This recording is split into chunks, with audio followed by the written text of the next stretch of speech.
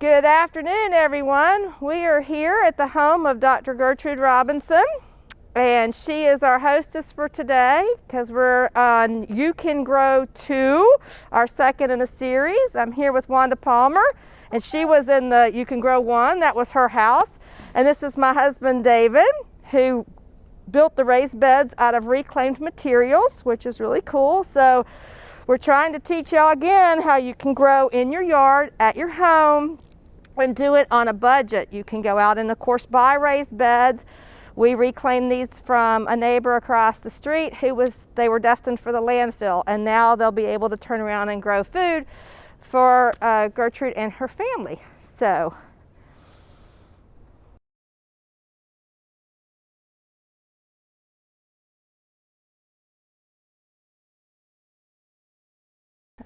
we've got the beds so you can see them, and again, they're reclaimed materials. We've got them lined here so the soil won't fall through.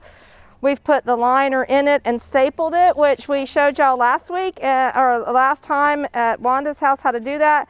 So we have our first layer of soil in there. You can use a garden soil, potting mix. We're kind of doing a combination of the two. All right. So you're just gonna open it up. I don't have my gloves on. You want mine? I don't usually use them, so you can use mine. Here, you want mine? I don't usually. I'm good. You sure? Because I don't usually use them. This is a rarity for me. That's why my fingers always look like they're black. Yeah, there we go. Okay. And you want to fill the soil, pretty close to the top. It's going to settle over time, and you can come in and add more. So so it's never, is there something that's too much soil? No, you could plant something too deep in the soil, but there's no such thing as too much soil. So we'll spread that one out. And we don't necessarily deal with brands of soil.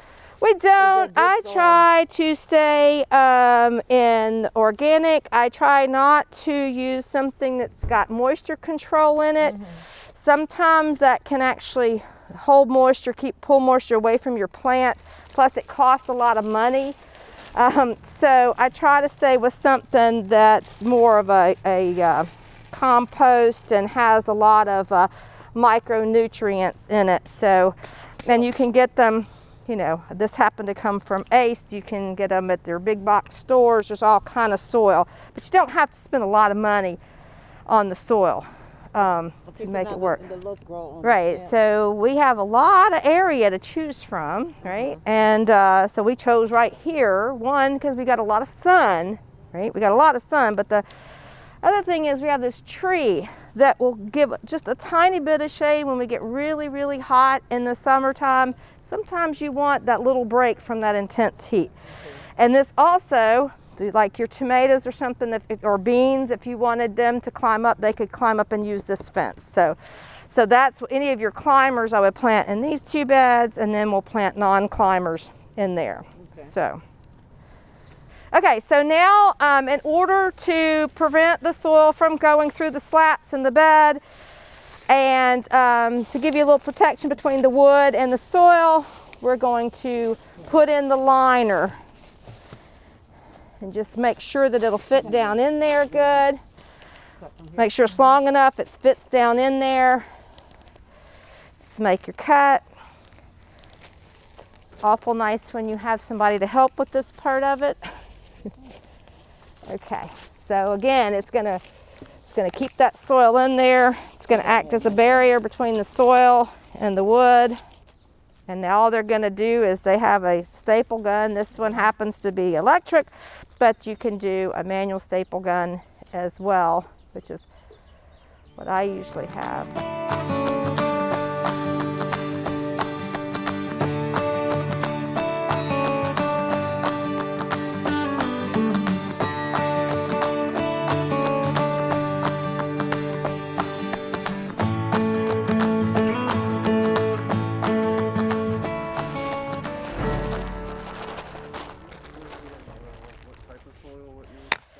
Okay, so You can use, there's all kind of soil available. This happens to be very inexpensive is why I'm doing it. And I'm using a combination of topsoil. This is a potting soil on the top because it's a little thinner and it's easier for your seeds to start up in something like this. You just don't want to use the dirt out of your yard. You don't want to go and dig in your yard. As you can see here, this is just sand. There are no nutrients in this whatsoever. So you want to go and when you're doing your elevated beds or your raised beds or you're going to grow in pots, whatever that is, you're going to want to go and get some kind of soil. Now at the garden at Schumann, we only grow in county mulch, which is available free right there on Montgomery Crossroads by the pond. There's a sign, free county mulch. That mulch is available free and you can grow in that. It has been tested by UGA, so you know, to make sure it didn't have anything awful in it. It's just ground up leaves and limbs and stuff like that that people you know, put out from their yards. And so you can use county mulch. We've done that for years, and but this is of course a lot easier to go and buy. The topsoil is $1.99 a bag. The composted manure and potting soil is $2.99. It happens to be at Ace, and so that's a pretty inexpensive way. And of course, I always like for you to support your local garden centers, your feed and seeds, which you have several around here to source from.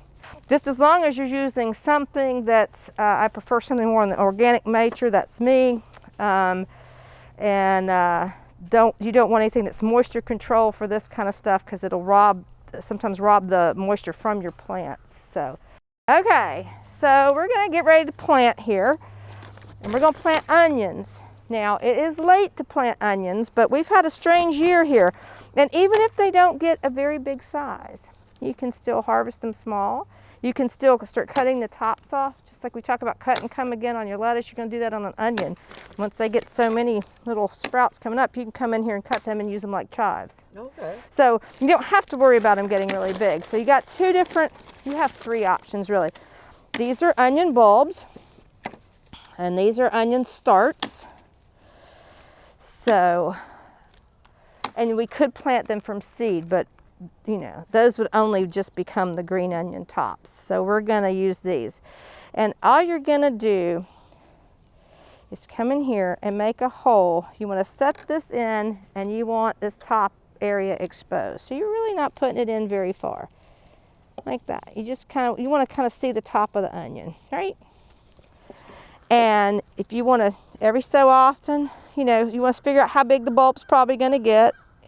And just put those in, and we're going to do it around the perimeter here. So while your other stuff is growing and we're harvesting it, because these take a long time, you don't have to worry. The worst thing you could do is plant them too deep. It's better to go shallow than deep on an onion. It makes for a bigger onion.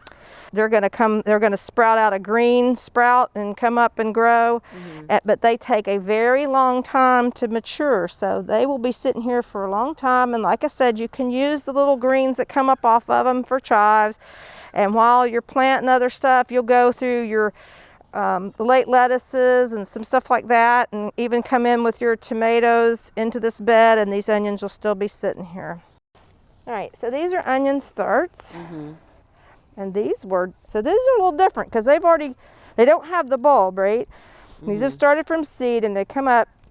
So you're going to have to go deeper with these, right? You're going to come up to where you see that red coloring in right in there. That's how the deep. hole has got to be that deep.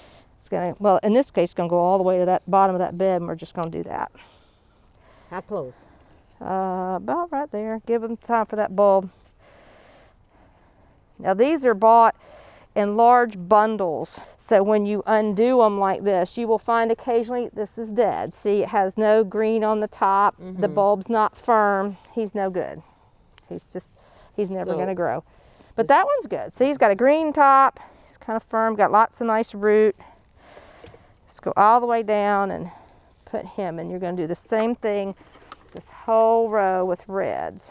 Ideally, we would plant these in the fall, like October, November, and they would grow all winter. cold weather's not gonna bother these at all.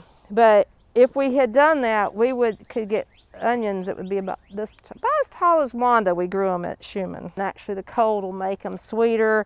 That's the same with your collard greens, any of your cabbages, your kale, anything like that. They get sweeter when they get cold. The cold releases the sugar in the plant. We're at a strange time because we're getting out of the fall winter crops and we're getting into spring, but we're having a really unusually cold winter, wet and cold, okay? So some of you may have problems with some of your plants because it is so wet and cold, and that will affect how your seeds germinate, how they come up. So sometimes you may plant something and it will not come up, and it's not you, it's because it's so wet and so cold, and that can sometimes rot your seeds before they have a chance to sprout.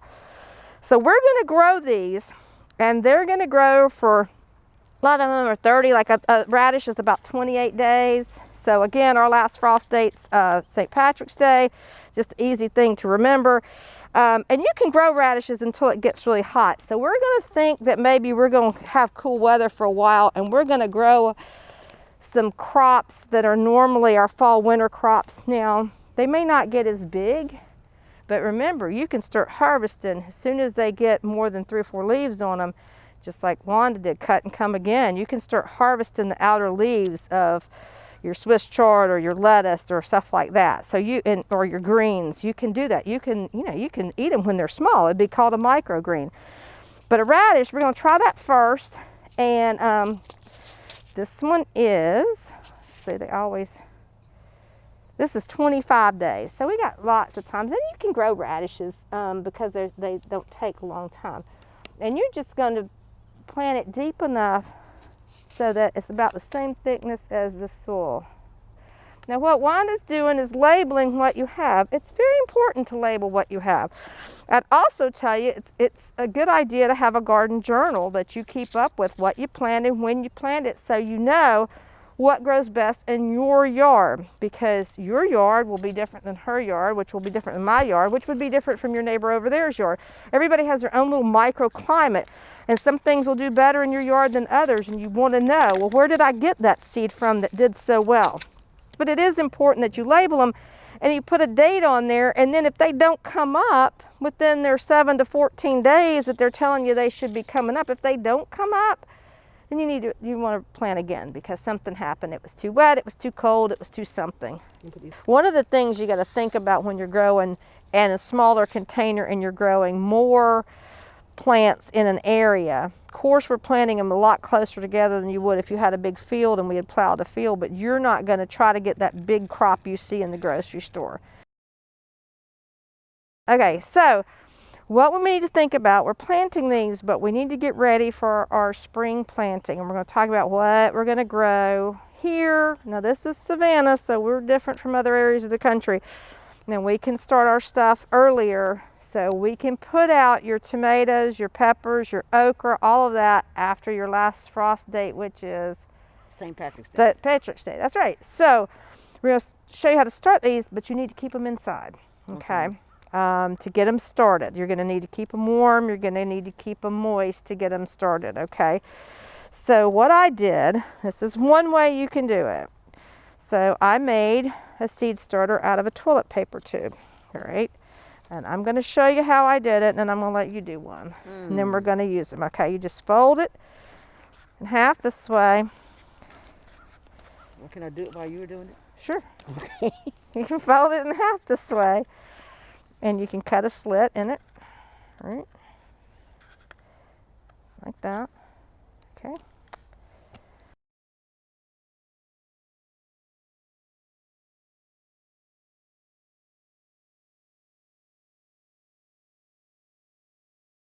All right, now you're gonna fold it the other way.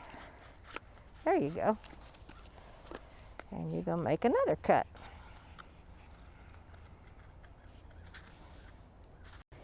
You're going to fold 2 of them all the way in and kind of crease them all the way in, all the way in. Yep. I think yours is a little sturdier than mine. It might be. Then you're going to fold this one, and you want it to be on the top on this side and under on this side. Doesn't make any sense, like this. So, see, it's going to. That seems like too much work. And then you're going to do the opposite. So on this side, Make one end you're going to make this one go under and that one go on top. Oh, I see. Yeah, see, it's just because you're right. Yours is a terrible toilet paper roll. I didn't know there was such a difference, but now I do. Like our little saying, you can grow, you can start your seedlings in a can. Now, drain holes either in the sides or in the bottom, and you can start your plants in there. You can even plant that whole thing down in your soil. You can do that. Now, I actually prefer to put my toilet paper tube in there sometimes, and so I can pull that out, but you can do it anyway. So we're going to kind of cheat because we have this soil here. We're just going to fill these up. They can be on the counter, yeah, in the windowsill. You don't, in the very beginning, they don't really need a lot of light, and then once they come up, you're going to want to make sure, one, that they have light, that they're not stretching. If they don't have enough light, they're going to get real long and what we call leggy, and chances are they're not going to develop a healthy plant. So once they come up, you're going to want them to have light, and then you're going to want to rotate them. So a little bit more. So so you really want me to fill it? Yeah, because we're going to poke the seed down in there. Okay. So now in our area, cherry tomatoes grow best. They just do. But that's not to say you can't grow bigger tomatoes, but cherry tomatoes are very easy to grow and they don't succumb to all the different diseases. So there's your tomato seed. You see how tiny that is? Same thing we did over there. You're just going to put your little tiny little dent. Put your tomato seed. If you put two, it's okay because maybe they don't both germinate. You can put one on one side and one on the other. You put two in there like that. And then cover them up. Just cover them up a little bit. Just a little bit. There you go. Okay, so you can write on there if you want. Or you can use a stick if that's easier for you. And what these are tomatoes? That's right. They're a black cherry tomato.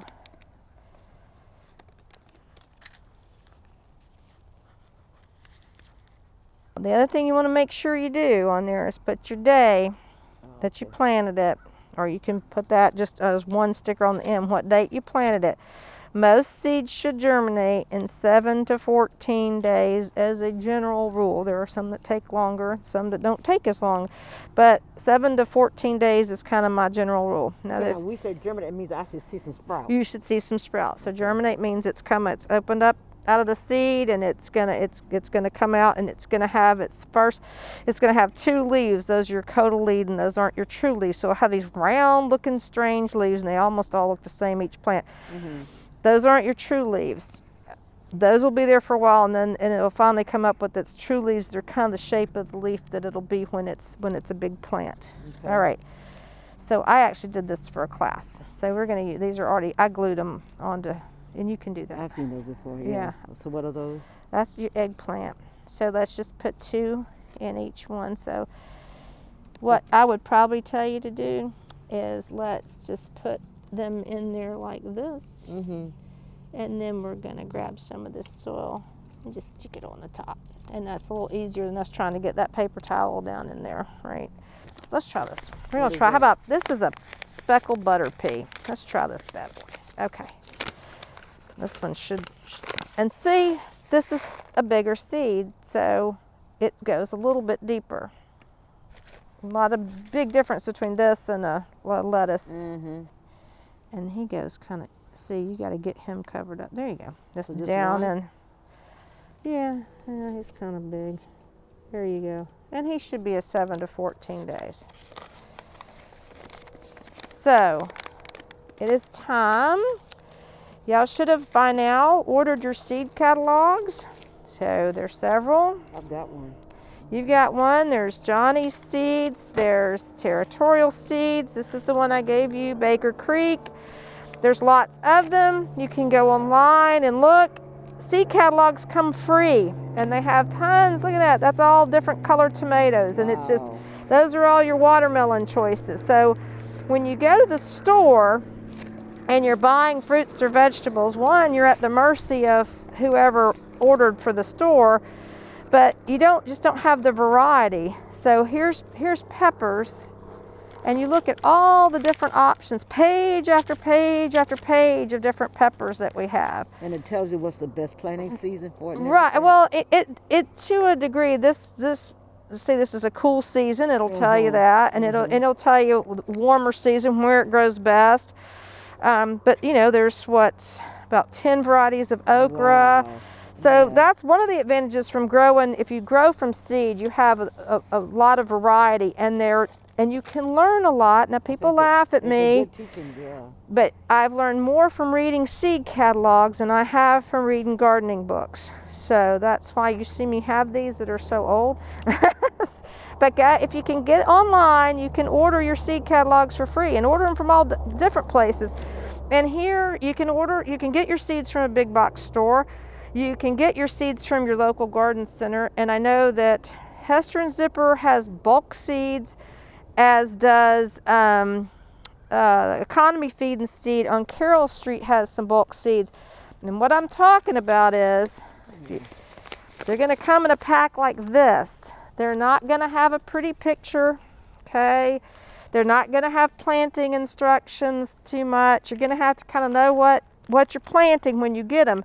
However, this thing of okra seeds was $1.25, and a single pack of okra seeds would cost you like $2 and something. So if you can, it's better to go and buy in bulk, and there's a lot of varieties. And there's a feed and seed in Effingham County called Webb's that has a ton of different southern peas, which do really well here. So that's actually where I go to get all my southern peas.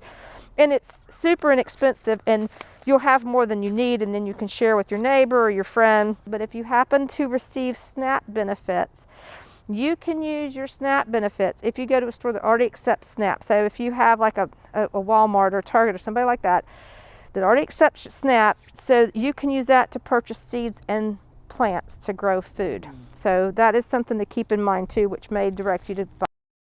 I have brought over some plants because one of the things we noticed when we came out here and surveyed the yard is there weren't any flowers. Now we've got right here, these are marigolds that she let go to seed.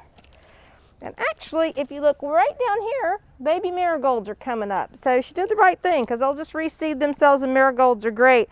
But we need more flowers in this yard. And the reason we need more flowers is we want to attract pollinators, bees, butterflies, all kind of different bugs that serve as pollinators. But if we don't have pollinators, then we can't have our spring and summer crops. Obviously, we can grow cabbage and kale and things like that without having a pollinator come, but we cannot grow cucumbers or tomatoes or peppers, anything that bears a fruit on it, that has a flower and bears a fruit. The pollinator has to come pollinate that, or else you have to become the pollinator and go out there and with your wings on and pollinate for it. So we want to bring flowers is the point of this. And I want y'all, this is the part where maybe you bring a little beauty in, and maybe it's a little prettier than growing in a bed, and you can have fun, maybe be a little artistic flair. So we have several things here I'm going to talk about. We're going to have an area that has some herbs in it. This is a lemongrass right here growing in this pot. And it can stay in the pot for a while. It will be fine. And it can even grow just in a pot. Mine happened to stay in a pot. This is a rosemary, and he's brand new. He's just recently been rooted. And he will grow, and they grow. They don't mind the cold. They don't mind the heat. And he can stay in this plant and grow, and he will just continue to get bigger and bigger and bigger. No reason. He can go in the ground if you need to. Doesn't have to. This, he looks a little sad because this one doesn't like to be dug up, but this is pineapple sage, and he'll come back. Okay. It's called plant shock. He came out of my yard. And they grow. They don't have a lot of great cooking value to them. This beautiful red flower, and it's an early attractor of pollinators. So that kind of goes in our herbs section over there. And that's it for that. So then I wanted things that don't take a lot of maintenance, don't mind heat, because we get a lot of that. Don't mind if it gets dry. So here we have a Mexican petunia, which sometimes can take over. So you can leave it in a pot if you want to. Down here are some early bulbs. This is called a snowdrop. And this is another set of bulbs. And this is sometimes known as a swamp lily, southern lilies. And they will grow, get big, and they have white flowers, red flowers. So that's more than one plant in that That's bucket. 3 different things in that bucket. And they've been growing and they're fine. So they're okay for right now till you're ready and we set all this up. But when we set it up, we're going to pull each plant out and Yes. let it have its own spot. Let it have its own spot. And Okay. they bloom. This blooms all summer long. This blooms all summer long. This blooms when it's cold. So this has got me on the subject of bulbs. So right now in your stores, this happens to be one of my Valentine presents, you will see bulbs, okay? And some grow well in this area, some don't. One of my favorite is gladiolas. That's a real tall, gladiolus. So they're very easy to grow. They love it here. They don't really take any maintenance. So they're just super easy to grow and they will multiply and spread. So glads are my favorite, and I brought, well, those are pretty big in that pot, in that bucket right here. And then this is some of mine that have spread, and that's what a glad bulb looks like. You can grow these in pots. If you don't want to fight weeds and stuff, you can grow them in pots, but you don't have to. They'll do fine, and they don't mind if you have poor soil. They just do well. So this is what your bulb looks like, and the reason I want to demonstrate, one, if you're purchasing bulbs, I want you to grab that container and squeeze those bulbs and make sure they're hard. Okay. If you grab that container and those bulbs are soft, they're rotted. And a lot of times, if they've been on the shelf for a while, they're going to be rotten. Same with those onion bulbs. If you were to grab a pack of those or go and buy them by the pound and they weren't firm, pass up on them. They're gone. They're rotted. Okay, so I'm kind of just pulling some of the weeds out of the way so it doesn't struggle. This is the top and that's the bottom. It's very, there's not a whole lot of difference, although this kind of gathers right there. Yeah. All right, you don't want to go too deep. You want to have the top of that bulb, see, a little bit exposed, so it's got a little bit of light coming to it. And that's it, okay? So then another bulb, which is the one I showed you over there, a snowdrop. This is a snowdrop. They also are available now. They'll come and they'll look like this. These happen to have already come up in my yard, and they had to be relocated. They were in the wrong spot. Nothing wrong with it. So then, Now, when you say wrong spot, they actually came up right in front of my elevated raised beds, and I was stepping on them. oh, okay. And so I said, oh, well, I got to relocate those anyway. So let's relocate those to Gertrude's house.